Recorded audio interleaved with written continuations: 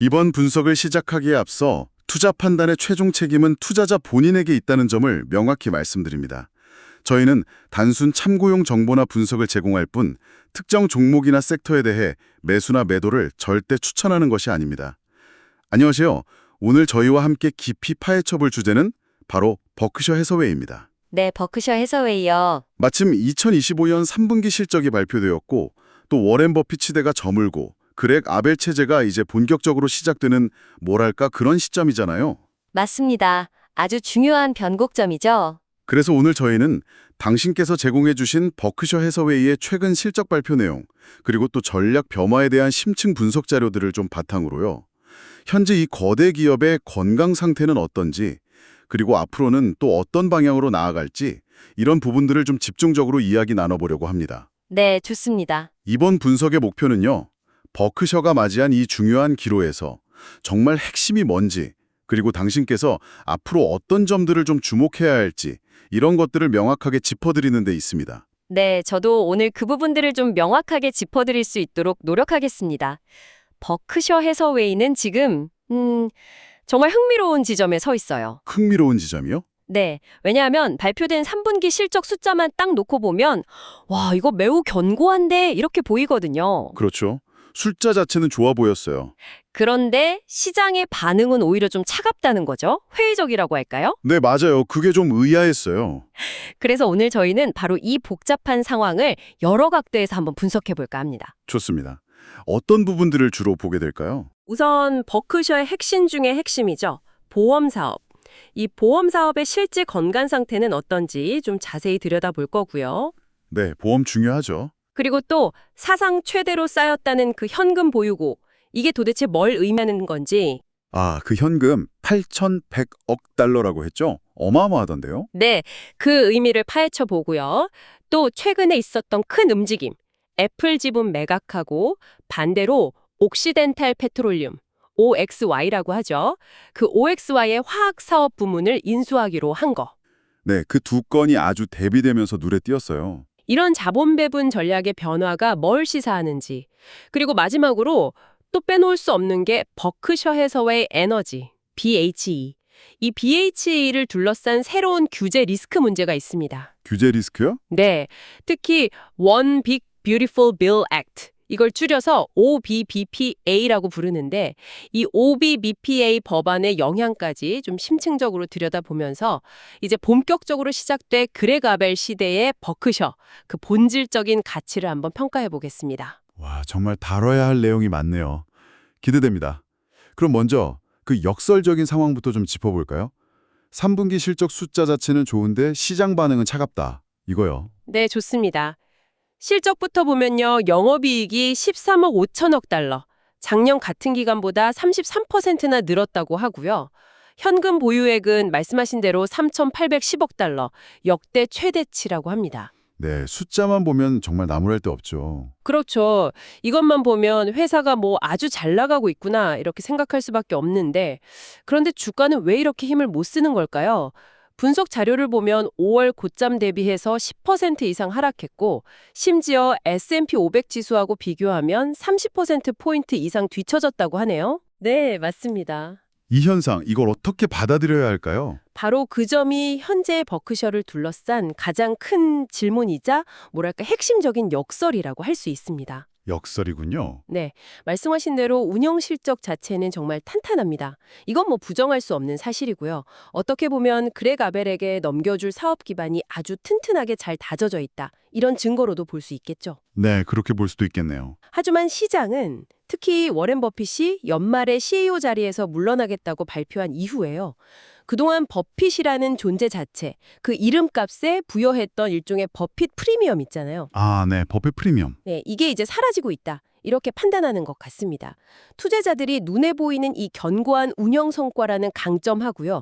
눈에 잘 보이지는 않지만 버크셔의 핵심 경쟁력이었던 그 자본 배분 능력, 그리고 또 승계 과정에서 오는 불확실성이라는 약점 사이에서 후자에 좀 더 무게를 두고 있는 게 아니냐. 그런 신호로 읽힌다는 거죠. 아, 그러니까 실적은 좋은데 미래의 불확실성, 특히 버핏 없는 버크셔에 대한 걱정 때문에 주가가 못 간다. 이런 말씀이시군요. 그렇죠. 바로 그 간극, 눈에 보이는 것과 보이지 않는 것 사이의 그 간극이 현재 주가에 반영되고 있는 겁니다. 오늘 저희 분석의 목표 중 하나가 바로 이 간극의 실체가 뭔지 그걸 좀 파악해 보는 데 있습니다. 알겠습니다. 그럼 그 운영 성과부터 좀 더 자세히 들여다보죠. 3분기 영업이익 135억 달러. 정말 인상적인 숫자인데 아까 분석 자료에 보니까 이 숫자를 액면 그대로 받아들이면 안 된다는 지적이 있었어요. 뭔가 조정을 해야 한다고요. 네, 정확하게 보셨습니다.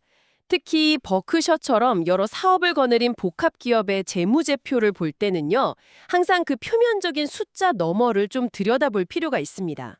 어떤 점을 봐야 할까요? 발표된 35억 달러 영업이익에는요, 사실 환율 변동으로 인한 이익이 포함되어 있어요. 아, 환율 영향이요. 네, 근데 이 환율이라는 건 사실 경영진이 직접 통제할 수 있는 변수가 아니잖아요. 외부 요인이죠. 그렇죠. 그렇기 때문에 이 부분을 제외하고 회사의 본질적인, 그러니까 내재적인 영업 능력이 어느 정도인지를 평가해야 합니다. 환율 효과를 제거하고 나면요, 조정된 영업이익은 132억 달러 정도가 되고요. 135억에서 132억 달러로요? 네. 그리고 조정된 연간 성장률을 계산해보면 발표된 33% 성장이 아니라 한 17% 정도의 성장이 됩니다. 아, 33%가 아니라 17%요. 차이가 꽤 크네요. 그렇죠. 물론 17% 성장도 여전히 매우 견고한 성과입니다. 대단한 거죠. 하지만 버크셔의 내재적인 운영 건전성을 좀 더 정확하게 보여주는 수치라고 할 수 있습니다. 시장은 아마 이런 조정된 수치를 통해서 실질적인 성과를 판단하려고 할 겁니다. 그렇군요. 숫자를 볼 때도 이런 숨겨진 부분을 잘 봐야겠네요. 자, 그럼 버크셔의 핵심 사업이죠. 보험 쪽으로 넘어가 볼까요? 버크셔 하면 역시 보험이니까요. 네, 그렇죠. 전반적인 언더라이팅, 그러니까 보험 인수 실적 자체는 강력했다 이런 평가가 있던데요. 특히 재보험 사업하고 주요 보험 사업 부문에서 합산 비율, 영어로는 combined ratio라고 하죠. 이게 개선된 덕분이라고요. 네, 맞습니다. 그리고 대형 허리케인 같은 큰 자연재해도 이번 분기에는 없었다고 하고요. 이 합산 비율이라는 건 낮을수록 보험사의 수익성이 좋다는 의미, 이렇게 이해하면 되는 거죠? 네, 정확합니다. 합산 비율은 보험사가 고객에게서 받은 보험료 대비해서 보험금으로 지급한 돈하고 또 사업 운용에 쓴 비용, 이 두 가지를 합친 비율을 말하는데요. 이 비율이 100% 미만이면 일단 보험 영업 자체에서 이익을 냈다는 의미입니다. 낮으면 낮을수록 수익성이 좋다고 보시면 돼요. 네, 이해했습니다. 그리고 3분기에는 이 합산 비율이 전반적으로 두 자릿수나 개선되면서 언더라이팅 수익성 자체는 좋아진 게 맞습니다. 긍정적인 부분이죠. 그런데 아까 말씀하실 때 보험 쪽에서도 좀 우려되는 지점이 있다고 하셨잖아요. 어떤 건가요? 네, 하지만 좀 더 깊이 자세히 들여다보면요. 마냥 좋다고만 할 수는 없는 좀 우려되는 지점도 분명히 있습니다. 예를 들면요. 버크셔의 자회사 중에서 가장 규모가 큰 곳 중 하나죠. 자동차 보험사인 가이코. 이 가이코를 예로 들어보죠. 네, 가이코요. 가이코의 3분기 합산 비율이 84.3%였습니다. 물론 100% 미만이니까 여전히 보험 영업에서 이익을 내고는 있어요. 그런데 문제는 이게 전년 동기, 그러니까 작년 3분기에 81.0%하고 비교하면 오히려 3.3%포인트 악화되었다는 겁니다. 아, 수익성이 오히려 나빠졌네요. 그렇죠. 이익률이 떨어진 거죠. 근데 더 중요한 건 이 악화의 원인을 좀 분해해서 봐야 한다는 겁니다. 원인요? 네. 세부적으로 보면 보험금 지급과 관련된 손해율, 이걸 러스 레이쇼라고 하는데요. 이 손해율은 거의 변동이 없었어요. 0.1%포인트 상승에 그쳤습니다. 그럼 뭐가 문제였을까요? 문제는 바로 경비율, 익스펜스 레이쇼입니다. 이건 광고비나 인건비 같은 운영 비용과 관련된 건데요. 이 경비율이 작년 3분기 9.6%에서 올해 3분기에는 12.8%로 무려 3.2%포인트나 급증했습니다. 와, 경비율이 그렇게 많이 올랐어요? 네. 그러니까 이게 뭘 의미하냐면요. 가이코가 보합료를 책정하거나 위험을 관리하는 능력 자체는 잘 유지가 되고 있는데 회사 내부적인 비용 통제, 특히 광고비나 운영 비용 관리에 뭔가 문제가 생겼다는 신호로 볼 수 있다는 거죠. 비용 관리가 안 되고 있다. 실제로 그래서 가이코의 3분기 세전 언더라이팅 수익, 그러니까 보험 영업으로 번 돈이 17억 7,300만 달러였는데 이게 전년 동기 대비해서 12.8%나 감소했습니다. 합산 비율이 조금 악화된 것보다 이익 감소 폭이 더 큰 거죠. 이게 일시적인 현상일까요? 아니면 뭔가 좀 구조적인 문제가 있는 걸까요? 가이코 하면 원래 비용 효율성이 높은 걸로 유명하지 않았나요? 네, 맞아요. 가이코의 강점 중 하나가 그거였죠. 그래서 좀 더 지켜봐야겠지만 구경을 누적 기준으로 한번 보면요. 자동차 수리비 같은 물적 피해 청구의 심각도, 그러니까 건당 지급 보험금 규모는 2%에서 4% 정도 증가했어요. 그런데 사람이 다치는 상해 관련 청구 심각도는 11%에서 13%나 증가했습니다. 상해 쪽 비용이 훨씬 많이 늘었네요. 그렇죠. 이건 비단 가이코만의 문제가 아니라 보험업계 전반에 걸쳐서 의료비나 수리비 같은 비용 상승 압력이 상당히 거세다는 걸 보여주는 증거입니다. 이런 업계 전반의 추세에다가 아까 말씀드린 가이코 내부의 경비율 상승 문제가 좀 겹쳐서 나타난 결과가 아닌가 그렇게 보입니다. 네, 알겠습니다. 가이코의 수익성 악화, 특히 비용 관리 측면에서의 문제가 있다는 점 잘 짚어주셨고요. 그럼 보험 사업에서 또 다른 중요한 축이죠. 보험료로 받은 돈, 즉 플로트를 굴려서 얻는 투자 수입. 이 부분은 좀 어땠나요? 아, 네. 그 부분. 플로트 운용 수익에서도 사실 좀 우려스러운 점이 나타났습니다. 거기도요? 네, 3분기 버키셔 전체 보험 부문의 투자 수익은 약 37억 달러였는데요. 이게 전년 동기 대비해서 무려 19%나 급감했습니다. 19%나요? 왜 그렇게 많이 줄었죠? 여기에는 두 가지 주요 원인이 있습니다. 첫째는 단기금리 하락의 영향이 컸고요. 둘째는 작년 4분기에 버키셔 산하 보험자 회사들에 있던 대규모 자본이 본사로 이전된 효과가 있었습니다. 아, 자본이 본사로 옮겨가서 투자할 돈 자체가 줄었다는 거군요. 네, 그런 영향도 있었죠.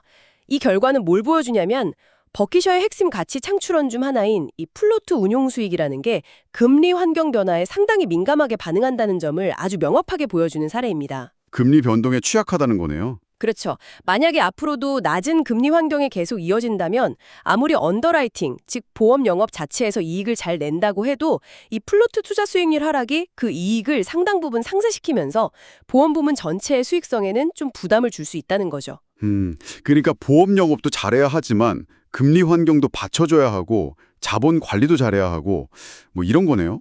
맞습니다. 단순히 그냥 경기가 좋고 나쁨의 순환 문제를 넘어서서 자본을 어떻게 효율적으로 관리하고 배치할 것인가 하는 그런 자본 관리 측면에서의 도전 과제가 좀 더 부각되고 있다. 이렇게 볼 수 있겠습니다. 알겠습니다. 보험 부문 분석 잘 들었습니다.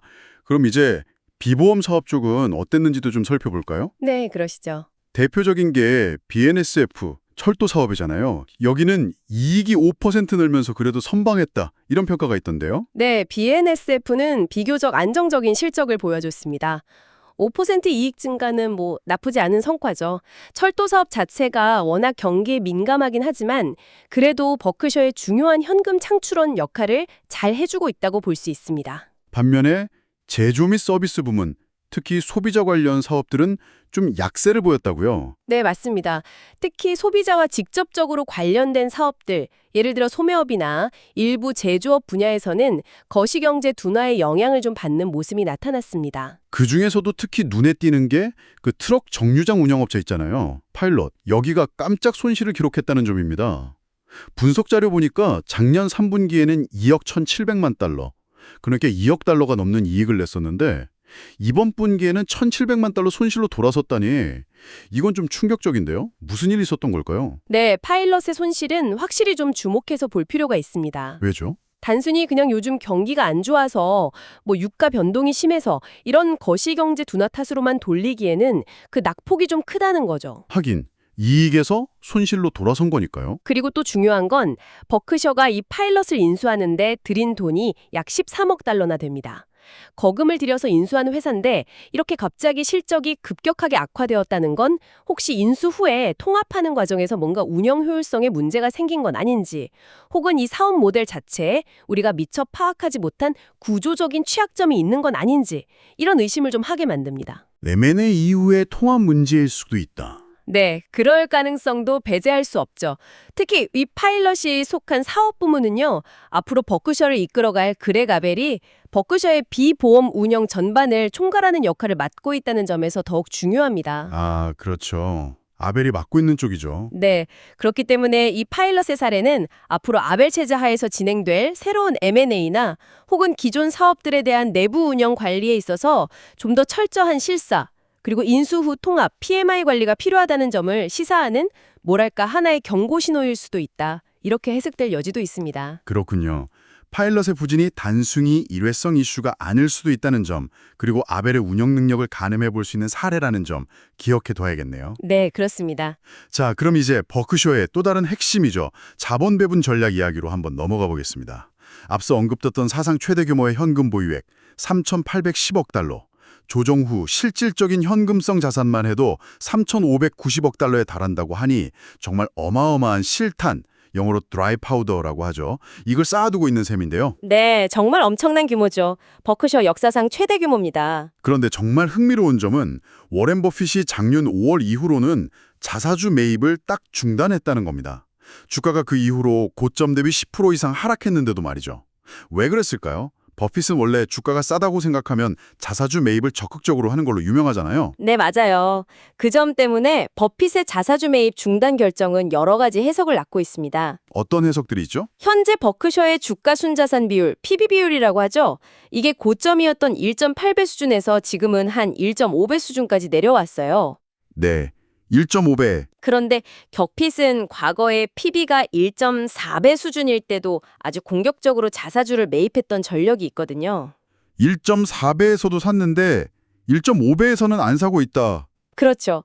그러니까 이걸 보면 첫 번째 가능성은 현재 주가 수준인 PB 1.5배가 여전히 버크셔의 내재 가치에 비해서는 충분히 매력적이지 않다. 아직 비싸다. 이렇게 판단했을 수도 있다는 겁니다. 아, 버핏 기준에서는 아직도 살만한 가격이 아니다. 네, 그럴 수 있다는 거죠. 아니면 두 번째 가능성은 이 막대한 현금 3,800억 달러가 넘는 이 돈을 사용할 만한 아주 초대형 인수합병, M&A 기회를 지금 조용히 물색하고 기다리고 있을 가능성도 있습니다. 자사주 매입에 쓸 돈을 아껴서 더 큰 M&A에 쓰려고 한다는 거죠. 초대형 M&A요? 어떤 걸까요? 글쎄요, 그건 알 수 없죠. 버핏이나 아벨의 머릿속에만 있겠죠. 하지만 이 정도 현금 규모면 정말 어떤 기업이든 인수 대상으로 고려해 볼 수 있을 정도입니다. 그렇긴 하겠네요. 그런데 이렇게 엄청난 현금을 그냥 가지고만 있는 것도 기회비용이라는 게 있지 않을까요? 그 돈으로 투자를 했더라면 더 벌 수도 있었을 텐데요. 아, 물론입니다. 정확한 지적이세요. 이 막대한 현금 보유는 정말 양날의 검과 같습니다. 양날의 검이요? 네, 한편으로는 앞으로 어떤 경제 위기나 시장 변동성이 오더라도 흔들리지 않고 버틸 수 있는 든든한 안전판 역할을 해줍니다. 방어적인 측면이 강하죠. 네, 그렇죠. 현금이 많으면 든든하죠. 하지만 다른 한편으로 보면 비판적인 시각에서는 이 현금을 그냥 금고에 쌓아두는 동안 특히 최근 몇 달간 S&P 500 지수가 상승 랠리를 펼쳤는데 그 상승분을 고스란히 놓쳐버린 명백한 기회비용 페널티를 치렀다. 이렇게 볼 수도 있습니다. 아, 다른 데 투자했으면 벌었을 돈을 못 벌었다. 그렇죠. 실제로 앞서 언급됐듯이 5월 이후 버크셔 주가가 S&P 500 지수 대비해서 30%포인트 이상이나 뒤처졌다는 게 그 증거 중 하나라고 볼 수 있습니다. 현금 보유라는 방어적인 선택이 시장의 평균적인 기대 수익률을 따라가지 못한 결과인 거죠. 그렇군요. 안전자산이지만 수익률은 낮다. 네. 그래서 이제 차기 CEO인 그렉 아벨은 이 막대한 현금을 도대체 어떻게 그리고 얼마나 효과적으로 활용해서 시장의 이런 회의론을 잠재우고 실질적인 주주 가치를 창출할 것인가 하는 아주 강력한 압박에 직면하게 된 것입니다. 이게 아마 아벨 시대의 가장 큰 숙제 중 하나가 될 겁니다. 아벨의 어깨가 무겁겠네요. 자, 그리고 3분기에는 버크셔의 포트폴리오에도 아주 중요한 변화가 있었죠. 네, 맞습니다. 오랫동안 보유해왔고 또 버크셔 포트폴리오에서 비중도 가장 컸던 핵심 자산 중 하나인 애플 주식을 일부 매각했어요. 그리고 대신 에너지 기업인 옥시덴탈 페트롤리엄 OXY의 화학사업 부문을 인수하기로 합의를 봤다고요. 이 두 가지 움직임, 하나는 팔고 하나는 사고, 이건 어떤 전략적인 의미를 담고 있다고 봐야 할까요? 네, 이건 정말 아벨 시대를 예고하는 매우 중요한 변화라고 생각합니다. 먼저 애플 주식 매각부터 좀 살펴볼게요. 네, 애플 매각이요? 3분기 동안 대략 한 3천만 주 정도의 애플 주식을 매각한 것으로 추정됩니다. 금액으로 따지면 거의 100억 달러, 우리 돈으로 13조 원이 넘는 엄청난 규모죠. 와, 3천만 주나요? 꽤 많이 팔았네요. 네, 이걸 단순히 그냥 비중이 너무 높으니까 좀 줄였다. 이런 비중 조절 정도로만 보기에는 좀 어렵습니다. 여기에는 몇 가지 중요한 의미가 내포되어 있다고 봅니다. 어떤 의미들일까요? 첫째는 당연히 그동안 애플 주식으로 벌어들인 막대한 차익을 일단 실현해서 현금으로 확보하려는 목적이 분명히 있습니다. 거의 1,000억 달러 가까운 현금이 추가로 들어오는 거니까요. 네, 현금 확보. 둘째는 약간 기술적인 부분일 수도 있는데 혹시 모를 미래의 자본이득세율 인상 가능성에 대비해서 상대적으로 세율이 낮은 현재 시점에서 미리 세금 부담을 좀 줄여놓으려는 그런 전략적인 판단이 깔려 있을 수도 있습니다. 버핏은 항상 세금 문제에 민감했으니까요. 아, 세금 문제까지 고려했을 수 있다. 네. 그리고 셋째, 이게 아마 가장 중요할 수 있는데요. 애플의 미래 성장 동력, 예를 들어 인공지능 AI 기술을 기반으로 한 새로운 아이폰 슈퍼사이클이 올 것이다. 이런 기대감들이 있잖아요. 네, 그럼 기대감이 있죠. 이런 미래에 어떻게 보면 아직은 좀 불확실한 성장 동력에 대한 기대를 일부 접고 그 대신 현재 눈에 보이고 손에 잡히는 확실한 현금 흐름을 창출하는 실물 자산 쪽으로 투자 초점을 옮기려는 의지를 보여주는 것일 수도 있다는 겁니다. 아, 미래의 성장성보다는 현재의 안정적인 현금 흐름을 더 중요하게 본다. 네, 그럴 가능성을 시사하는 거죠. 애플은 여전히 훌륭한 기업이지만 버크셔 입장에서는 이제 어느 정도 수익을 실현하고 다른 곳으로 눈을 돌릴 때가 되었다고 판단했을 수 있습니다. 그렇군요. 애플 매각에 그런 복합적인 의미가 있을 수 있겠네요. 그럼 반대로 OXY, 옥시덴탈 페트롤리움의 화학사업 부문 인수는 어떤 의미로 해석해야 할까요? 이것도 규모가 약 100억 달러 정도 된다고 하던데요. 네, OXY 화학 부문 인수는 이건 정말 워렌 버핏과 버크셔 해서웨이가 아주 오랫동안 선호해온 전형적인 투자 공식을 그대로 따르는 움직임이라고 볼 수 있습니다. 전형적인 투자 공식이요? 네, 버핏이 항상 강조했던 것들이 있죠. 첫째, 땅이나 공장 같은 실물 자산 기반일 것. 둘째, 꾸준하고 강력한 현금 창출 능력을 가질 것. 셋째, 규모가 어느 정도 상당한 규모일 것. 그리고 넷째, 경쟁사 대비 가격 결정력을 가질 것. 이런 조건을 갖춘 기업, 이걸 소위 진짜 자산, 리얼 에셋이라고 부르는데 바로 이런 자산에 투자하는 것이죠. 아, 버핏이 좋아할 만한 조건을 다 갖췄군요. 그렇죠. OXY의 화학사업 부문이 바로 이런 특징들을 가지고 있다고 판단한 겁니다. 게다가 버크셔는 이미 OXY의 지분을 보통주, 우선주, 그리고 워런트까지 다 합쳐서 약 28%나 보유하고 있어요. 거의 최대주주죠. 네, 이미 많이 가지고 있었죠. 그렇기 때문에 이번에 화학사업 부문까지 인수하게 되면 기존에 투자했던 OXY의 에너지 사업과 시너지를 낼 수 있는 수직 통합 효과를 기대할 수 있습니다. 운용 효율성이 높아지는 거죠. 그리고 또 OXY와의 장기적인 파트너십을 더욱 강화하는 효과도 가져올 겁니다.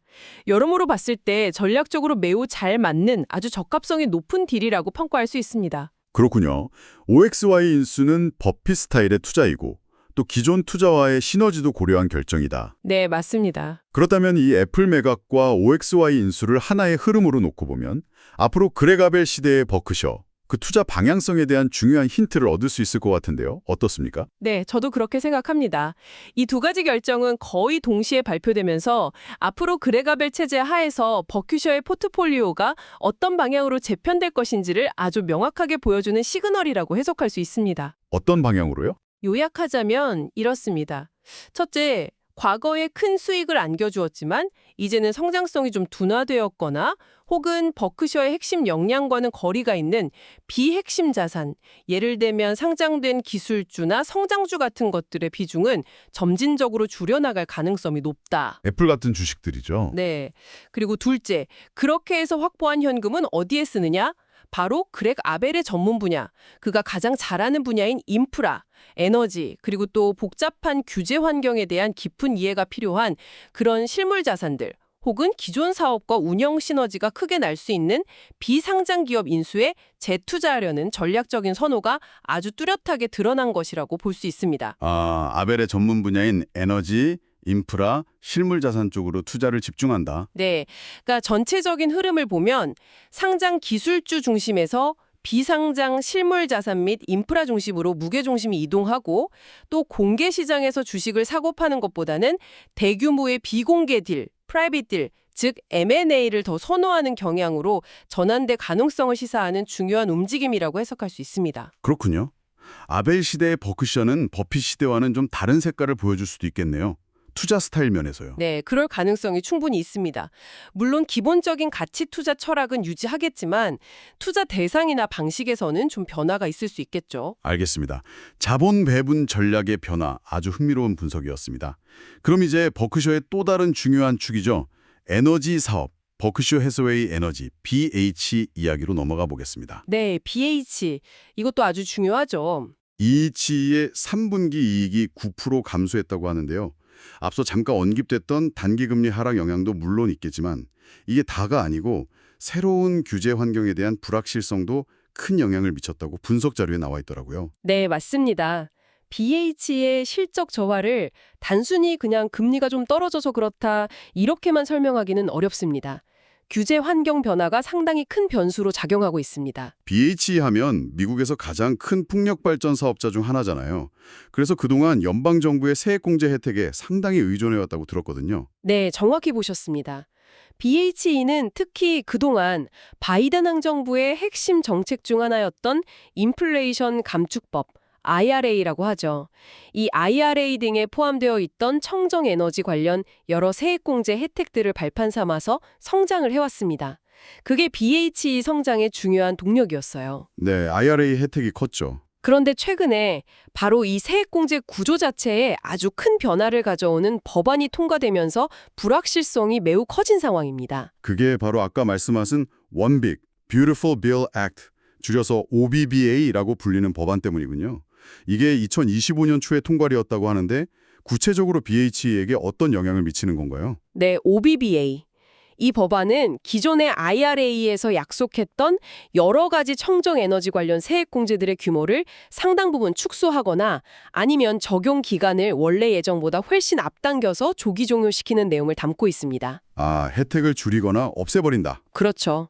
이건 BHE처럼 대규모로 청정에너지 분야에 투자를 해온 기업들의 입장에서는 미래 수익성 전망이나 앞으로의 자본 지출, 즉 캐펙스 계획에 직접적인 타격을 주는 아주 중대한 규제 리스크라고 할 수 있습니다. 예를 들어서 어떤 세액공제들이 그렇게 영향을 받게 되나요? 네, 좀 구체적으로 예를 들어보면요. 법 조항 번호까지 다 말씀드리긴 좀 복잡하니까 영향을 받는 분야를 중심으로 설명드리는 게 더 나을 것 같습니다. 네, 그렇게 해주시죠. 예를 들어서 풍력발전소나 태양광 발전 시설을 지어서 그걸 직접 운영하지 않고 제3자에게 임대해주는 경우가 있거든요.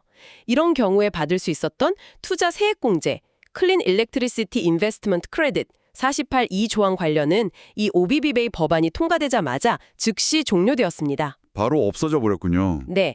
그리고 다른 종류의 청정 전기 생산이나 관련 시설 투자에 대한 공제들도 대부분 2033년부터 단계적으로 축소되기 시작해서 2036년이 되면 완전히 폐지될 예정입니다.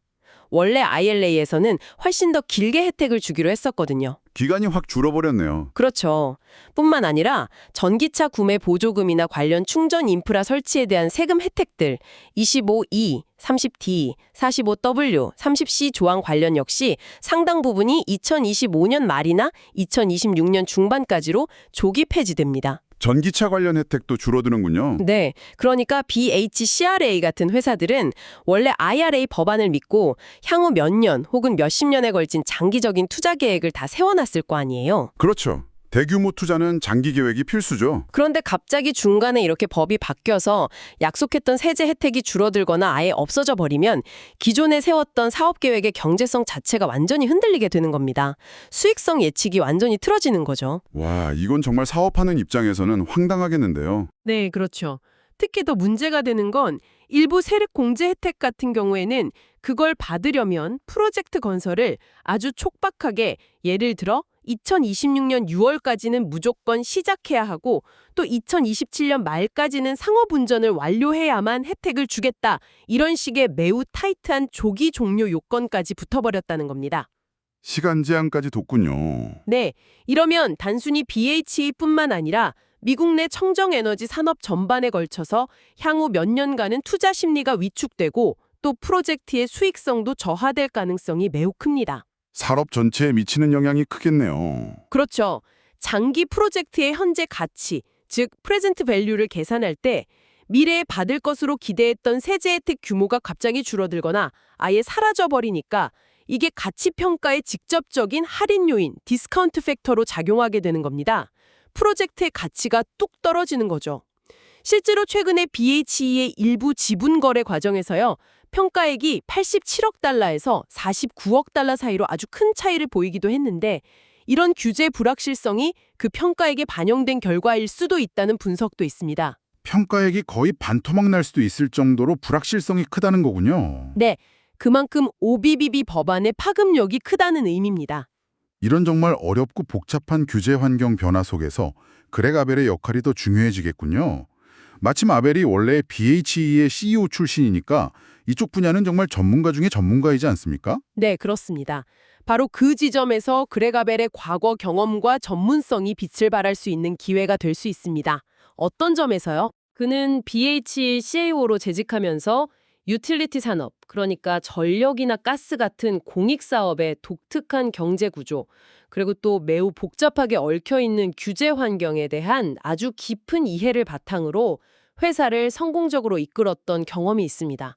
이게 바로 아벨의 핵심 강점 중 하나죠. 네, BHE를 잘 키워냈죠. 따라서 시장에서는 아벨이 이 OBBBA 법안 통과로 인해 발생한 여러 도전 과제들을 해결하고 BHE를 다시 안정적인 성장 궤도로 올려놓을 수 있는 가장 적합한 인물이라고 평가하고 있습니다. 위기관리 능력이 기대되는 거죠. 구체적으로 아벨이 어떤 역할을 할 수 있을까요? 예를 들면 기존에 투자해놓은 재생에너지 포트폴리오를 최대한 효율적으로 운영하면서 손실을 최소화하는 편이에요. OBBBA 법안에서 오히려 세액 공제가 확대되거나 신설된 분야도 있거든요. 아, 그런 분야도 있어요. 네, 예를 들면 탄소 포집 및 저장 기술, 이걸 카본 캡처라고 하는데요. 45Q, 45Z 조항 관련 이런 새로운 분야로 BHE의 전략적인 초점을 발빠르게 옮겨갈 수도 있습니다. 위기를 기회로 삼는 거죠. 탄소 포집 기술 쪽으로요? 네. 그리고 또 최근에 발표된 것 중 하나가 아까 언급했던 옥사이, 옥시덴탈 페트롤리움과 함께 직접 리튬 추출 기술, DLE, 다이렉트 리튬 엑스트랙션이라고 하는 신기술 개발을 위해서 합작 투자 법인 JV, 조인트 벤처를 설립하기로 한 건데요. 아, 리튬 추출 기술이요?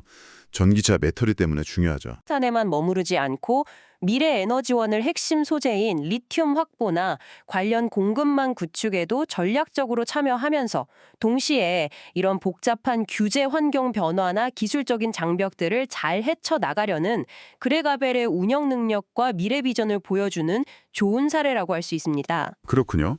아벨의 전문성이 BHE의 위기 극복과 새로운 기회 창출에 중요한 역할을 할 수 있겠네요. 네, 그럴 것으로 기대하고 있습니다. 자, 그럼 다시 주가 이야기로 돌아와서요. 승계 문제 이 부분을 좀 더 짚어보겠습니다. 아까 버핏의 연말 사인 발표 이후에 버크셔 주가가 S&P 500 지수 대비해서 무려 25%포인트 이상이나 뒤처졌다는 점을 언급했었는데요. 정말 이례적인 성과 격차라고 다시 한번 강조하셨죠. 네, 그렇습니다. 코로나19 팬데믹이 터졌던 2020년 초반 같은 아주 극단적인 시장 상황을 제외하면요. 역사적으로 봤을 때도 이렇게 단기간에 큰 폭의 성과 격차가 벌어진 경우는 거의 찾아보기 어렵습니다. 가장 큰 격차 중 하나로 기록될 만합니다. 그 정도인가요? 네.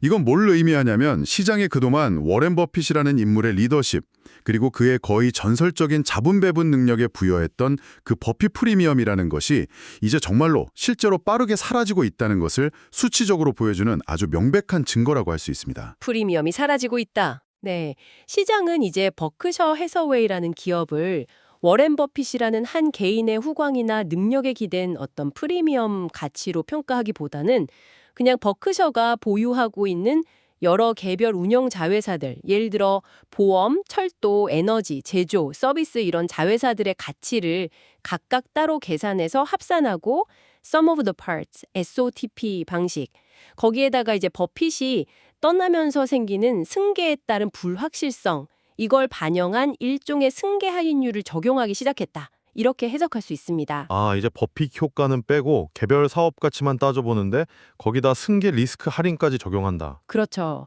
그런 방식으로 버크셔의 가치를 재평가하기 시작했다는 신호로 볼 수 있습니다. 하지만 시장의 이런 우려 섞인 시선과는 좀 다르게 분석가들은 그렉 아벨이 버핏과는 다른 강점, 특히 운영 전문가로서의 강점을 보일 것으로 기대하고 있다는 분석도 있고요. 또 워렌 버핏 본인도 아벨이 자본 배분 문제에 있어서도 자신만큼이나 잘 이해하고 있고 어쩌면 버크셔의 미래가 아벨 체제 하에서 더 나을 수도 있다는 식의 강한 신뢰를 공개적으로 보냈다는 내용도 자료에 있었어요. 이건 어떻게 봐야 할까요? 네, 맞습니다. 그 두 가지 측면도 분명히 존재합니다. 먼저 그렉 아벨은 앞서 BHE 사례에서도 봤듯이 CEO로서 회사를 성공적으로 경영했던 경험을 통해서 운영 능력에 있어서는 이미 시장에서 충분히 검증받았다고 평가받습니다. 그 점은 대부분 동의하는 부분이에요. 운영 능력은 입증되었다. 네. 그리고 워렌 버핏이 직접 나서서 아벨에 대한 강한 신뢰를 표명한 것 역시 시장의 우려를 어느 정도는 완화시키는 데 도움이 되는 매우 중요한 요인입니다. 버핏의 말 한마디는 여전히 시장에 큰 영향을 미치니까요. 그렇죠. 버핏의 지지 발언은 무게감이 다르죠. 아벨 자신도 최근 인터뷰 같은 걸 통해서 워렌 버핏의 핵심적인 투자 철학, 예를 들어 잘 운영되고 있고 현금 창출력이 높으며 장기적인 전망이 좋은 우량 기업을 합리적인 가격에 인수한다는 그 전략을 앞으로도 충실히 계승할 것임을 분명하게 밝혔습니다. 그리고 또 막대한 현금 보유고가 불확실한 시기를 헤쳐나가는 데 있어서 약점이 아니라 오히려 막대한 자산이라고 강조하기도 했고요. 아벨도 버핏 철학을 따르겠다고 했군요. 네, 기본적인 틀은 유지하겠다는 의지를 보여준 거죠. 그리고 아까 분석 자료에서 흥미로웠던 부분 중 하나가 아벨의 전문성, 특히 BHES에서의 경험이 현재의 기술 트렌드와 맞물려서 버크셔에게 또 다른 종류의 강점을 제공할 수도 있다는 분석이었어요. 인공지능, AI 시대에 버크셔가 어떤 역할을 할 수 있다는 건가요? 아, 네. 그 부분도 상당히 주목할 만한 포인트라고 생각합니다. 이건 그렉 아벨 체제의 버크셔가 가진 독특한 기회가 될 수도 있습니다. 어떤 기회죠? 버크셔는 아마도 AI 기술 자체를 직접 개발하거나 혹은 AI 관련 첨단 기술주에 직접적으로 투자하는 방식은 아닐 겁니다. 그건 버크셔의 스타일이 아니죠. 네, 그럴 것 같진 않아요. 대신에 그렉 아벨이 가진 유틸리티 산업과 인프라 분야에서의 깊은 전문성을 활용하는 겁니다. 앞으로 AI 산업이 폭발적으로 성장하려면 뭐가 가장 필요할까요? 바로 막대한 양의 안정적이고 지속 가능한 전력입니다. AI 데이터 센터 같은 곳들이 전기를 엄청나게 소비하거든요. 아, 그렇죠. 전력 소비량이 엄청나다고 하더라고요. 바로 그겁니다. 버크셔는 아벨의 지휘 아래 AI 산업 발전에 필수적인 이 전력을 공급하는 핵심적인 조력자, 즉 이네이블러로서 자리매김할 수 있다는 분석입니다. AI 기업에 직접 투자하는 게 아니라 AI 산업에 필요한 인프라, 특히 전력을 공급하는 역할을 한다. 네, 이건 AI 기술 자체의 병화에 따른 높은 변동성이나 위험은 피해가면서도 미래 성장의 핵심 동력이 될 인프라를 장악하고 통제하는 아주 현명하고 전략적인 선택이 될 수 있다는 거죠. 어떻게 보면 AI 시대의 숨은 승자가 될 수도 있는 포지셔닝입니다. 와, 그건 정말 흥미로운 관점이네요. 아벨의 배경이 오히려 미래 기술 트렌드에 맞춰 강점이 될 수 있다니. 네, 충분히 가능한 시나리오라고 봅니다. 알겠습니다. 자, 그럼 결국 그렉 아벨이 직면한 가장 큰 시험대는 뭘까요? 역시 그 3,810억 달러라는 막대한 현금을 어떻게 운영할 것인가 하는 시장의 압박. 이걸 잘 관리하는 것이 아닐까 싶은데요. 네, 맞습니다. 그게 핵심 과제죠. 앞서 워렌 버핏이 PB 1.5배 수준에서도 자사주 매입을 중단했다는 말씀을 하셨는데 이게 아벨에게는 어떤 메시지를 준다고 보십니까? 그건 아마도 아벨에게 섣불리 시장의 단기적인 요구에 휘둘리지 말고 M&A든 자사주 매입이든 간에 인수 가격 기준은 아주 엄격하게 유지하라. 뭐랄까 일종의 암묵적인 지침을 남긴 것으로 해석될 여지가 크다고 봅니다. 버핏처럼 신중하고 규율을 지켜라. 네, 버핏 특유의 그 신중함과 장기적인 관점, 그리고 가격 규율을 반드시 계승하라는 의미가 담겨 있다고 볼 수 있겠죠. 아무거나 사지 마라, 싸지 않으면 사지 말라는 거죠. 하지만 만약에 버크셔 주가가 계속해서 시장 대비 부진한 성과를 보인다면 아벨도 마냥 버티기만 할 수는 없지 않을까요? 주주들의 압박이 거세질 텐데요. 주고 도대체 뭐 하냐는 비판이 쏟아지겠죠. 그렇죠. 그렇게 되면 아벨로서는 버핏의 기준보다는 다소 완화된 가격 수준에서라도 자사주 매입을 다시 시작하거나 혹은 이번에 발표된 1,000억 달러 규모의 OXY 화학부문 인수딜을 훨씬 뛰어넘는 그야말로 시장을 깜짝 놀라게 할 만한 고래급 whale M&A를 단행해야 할 수도 있습니다. 뭔가 보여줘야 한다는 압박을 받게 될 거라는 거죠. 고래급 M&A요? 네, 현금 규모를 생각하면 충분히 가능하죠. 결국 그렉 아벨의 리더십은 워렌 버핏이 평생 동안 지켜왔던 그 극도의 투자 규율과 장기적인 관점을 얼마나 잘 유지하면서도 동시에 시장이 요구하는 가시적인 가치 실현, 즉 현금을 효과적으로 배치하는 것 사이에서 최적의 균형점을 찾아내는 능력으로 평가받게 될 것입니다. 이게 아마 아벨 시대를 관통하는 가장 중요한 관전 포인트가 될 겁니다. 균율과 행동 사이의 균형 찾기. 아벨에게 주어진 숙제가 정말 만만치 않네요. 네, 아주 어려운 과제죠. 자, 그럼 이제 지금까지 논의된 이 모든 분석들을 한번 종합해서요. 현재 시점에서 버키셔 해서웨이의 내재 가치를 우리가 어떻게 평가해야 할지 그 틀을 한번 잡아보겠습니다. 네, 좋습니다. 가치 평가. 중요하죠. 이제 더 이상 과거처럼 버피 프리미엄이라는 어떤 단일하고 좀 막연한 요소만 가지고 버키셔의 가치를 평가할 수는 없습니다. 시대가 변했으니까요. 네, 그건 분명해 보이네요. 이제는 버크셔가 보유한 여러 운영 자회사들의 개별 가치를 합산하는 방식, 즉 SOTB, Sum of the Parts를 기본적인 분석의 틀로 삼을 때 여기에다가 앞서 논의했던 여러 가지 새로운 할인 요인들과 또 할증 요인들을 함께 고려하는 좀 더 통합적인 가치평가 프레임워크가 필요하다고 생각합니다. 할인 요인과 할증 요인을 다 고려해야 한다. 구체적으로 어떤 것들이 있을까요? 네, 먼저 할인 요인부터 좀 짚어보겠습니다. 첫째는 방금 길게 설명드렸던 BHE의 규제 리스크 할인입니다. 네, OBBBA 법안 영향이죠. 네, OBBBA 법안 통과로 인해서 앞으로 BHE의 세액공제가 축소되거나 조기 종료될 가능성이 커졌잖아요. 이건 당연히 BHE의 미래 자본 지출 계획의 경제성이나 장기적인 수익성의 불합실성을 더하는 요인이기 때문에 BHE의 가치를 평가할 때 직접적인 할인율을 적용해야 합니다. BHE 가치는 좀 깎아야 한다. 그렇죠. 둘째는 가이코의 운영 효율성 할인입니다. 앞서 봤듯이 가이코의 경비율이 상승하고 있고 또 플로트 투자 수익도 둔화되는 모습을 보이고 있잖아요.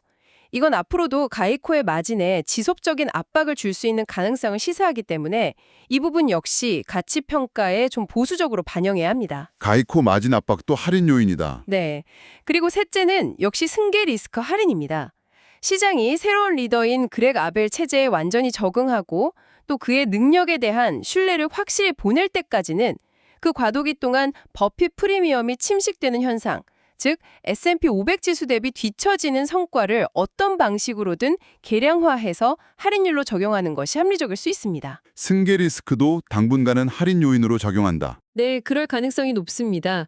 하지만 물론 할인 요인만 있는 건 아닙니다. 반대로 할증 요인도 분명히 존재합니다. 아, 할증 요인도 있어요? 어떤 거죠? 첫째는 그 막대한 현금 보유고가 지닌 옵션 가치, 옵션 밸류입니다. 현금이 많다는 게 오히려 할증 요인이다. 아까는 기회비용이라고 하셨는데요. 네, 단기적으로 보면 기회비용이 맞습니다. 하지만 이걸 다른 관점에서 보면요. 3,080억 달러라는 이 엄청난 현금은 만약에 앞으로 예기치 못한 경제 침체가 오거나 주식시장이 급격하게 조정을 받을 경우에 다른 경쟁 기업들은 다들 자금난 때문에 움츠려들고 있을 때 버크셔는 오히려 아주 우량한 자산들을 헐값에 인수할 수 있는 거의 독점적인 매수 옵션을 가지고 있는 셈입니다. 아, 위기 시에 빛을 발할 수 있는 현금이다. 그렇죠. 위기를 기회로 만들 수 있는 강력한 무기인 거죠. 이건 버크셔의 강력한 방어적인 특성을 더욱 강화시켜주는 매우 중요한 할증 요인이라고 할 수 있습니다. 그렇군요. 위기 시의 옵션 가치. 네. 그리고 둘째 할증 요인은 바로 그렉 아벨의 운영 전문성 자체에 대한 할증입니다. 아벨의 능력도 할증 요인이다. 네. 아벨이 특히 BHE와 같이 아주 복잡한 규제 산업 환경에서 보여주었던 그 뛰어난 운영 능력과 또 자본을 배분했던 경험들은 장기적으로 봤을 때 버크셔 전체 포트폴리오의 안정성을 높여줄 뿐만 아니라 앞으로 진행될 M&A의 성공 가능성을 높이는 매우 긍정적인 요인으로 작용할 수 있습니다. 버핏과는 다른 방식의 가치를 더할 수 있다는 거죠. 운영 전문가로서의 가치를 인정해줘야 한다. 네, 그렇습니다. 그래서 버크셔의 내재 가치를 평가할 때는 이런 할인 요인들과 할증 요인들을 모두 종합적으로 고려해서 균형 잡힌 시각으로 접근해야 합니다. 알겠습니다. 이제 버크셔의 가치를 평가하는 새로운 틀이 좀 잡히는 것 같네요. 자, 그럼 오늘 분석을 종합적으로 한번 정리해 볼까요?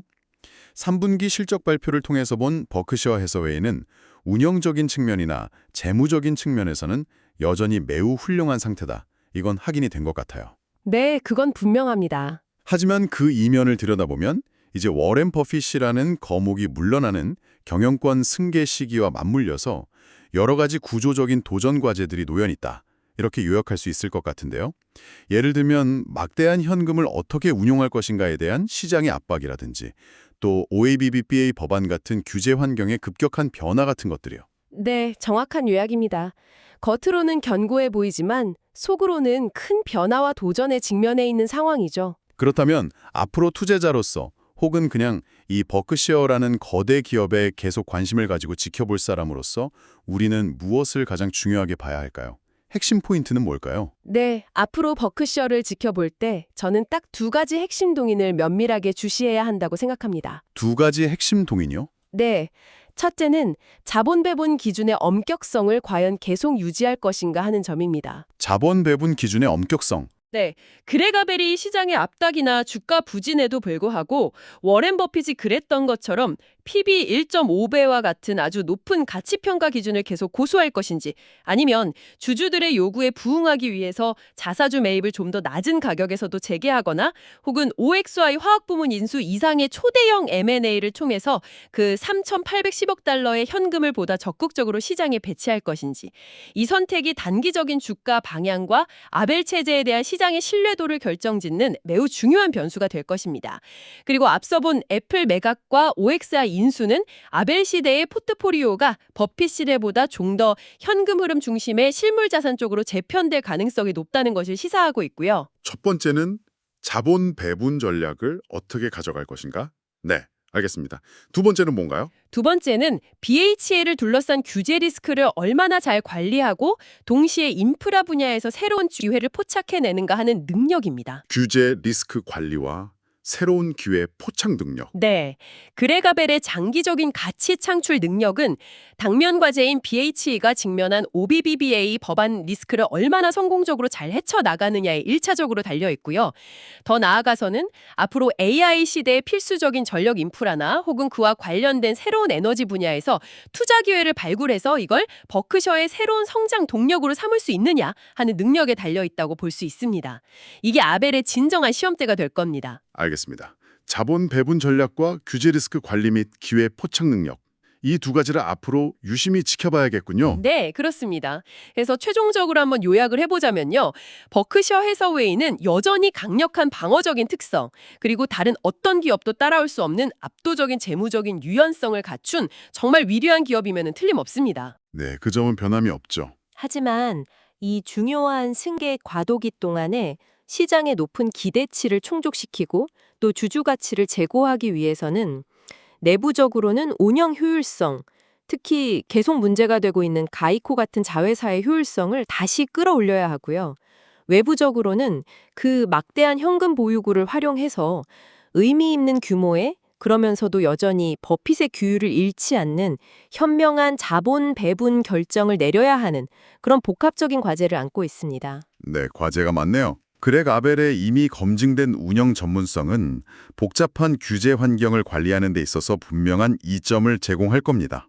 하지만 그가 진정으로 워렌 버핏이라는 거대한 그림자에서 벗어나서 자기 자신의 능력과 리더십을 시장에 증명해야 할 가장 중요한 시험대는 결국 그 많은 현금을 어떻게 쓸 것인가, 즉 현금 배치 전략이 될 것입니다. 결국은 현금 운용 능력이 아벨 시대를 평가하는 핵심 잣대가 될 것이다. 네, 저는 그렇게 보고 있습니다. 오늘 정말 긴 시간 동안 버크셔 해서웨이의 현재 상황과 또 그렉 아벨 시대의 미래 전망에 대해서 아주 깊이 있는 분석을 나눠봤습니다. 제공해주신 분석 자료들을 토대로 이렇게 이야기를 나눠보니 단순히 발표된 실적 숫자 너머에 있는 아주 복잡한 역학관계라든지 또 앞으로 버크셔가 어떤 전략적인 고민들을 하고 있을지 이런 부분들이 좀 더 선명하게 보이는 것 같습니다. 네, 저도 이야기하면서 많은 점들을 다시 한번 정리할 수 있었습니다. 오늘 분석을 마무리하면서 마지막으로 당신에게 이런 질문을 한번 던져보고 싶네요. 한번 생각해 보시면 재밌을 것 같습니다. 네, 어떤 질문이신가요? 오렌 버핏 없는 버크셔 해서웨이는 과연 앞으로 가치 투자라는 개념의 정의 자체를 새롭게 써내려가게 될까요? 아니면 시간이 지나면서 그냥 뭐랄까 또 다른 아주 잘 관리되는 우량 복합 기업 중 하나로 남게 될까요? 당신의 생각은 어떠신가요? 이 질문에 대해서 한번 곱씹어 보시는 것도 오늘 분석을 마무리하는 좋은 방법이 될 것 같습니다. 아주 흥미로운 질문이네요. 버핏 없는 버크셔. 가치 투자의 재정의인가? 아니면 또 다른 우령 복합 기업인가? 한번 깊이 생각해 볼 만한 화두인 것 같습니다. 다시 한번 말씀드리지만 투자 판단의 최종 책임은 투자자 본인에게 있다는 점을 명확히 말씀드립니다. 저희는 단순 참고용 정보나 분석을 제공할 뿐 특정 종목이나 섹터에 대해 매수나 매도를 절대 추천하는 것이 아닙니다. 항상 여러분의 성공 투자를 기원합니다. 내용이 좋으셨다면 구독, 좋아요 부탁합니다. 다음 심층 분석에서 또 유익한 정보로 찾아뵙겠습니다.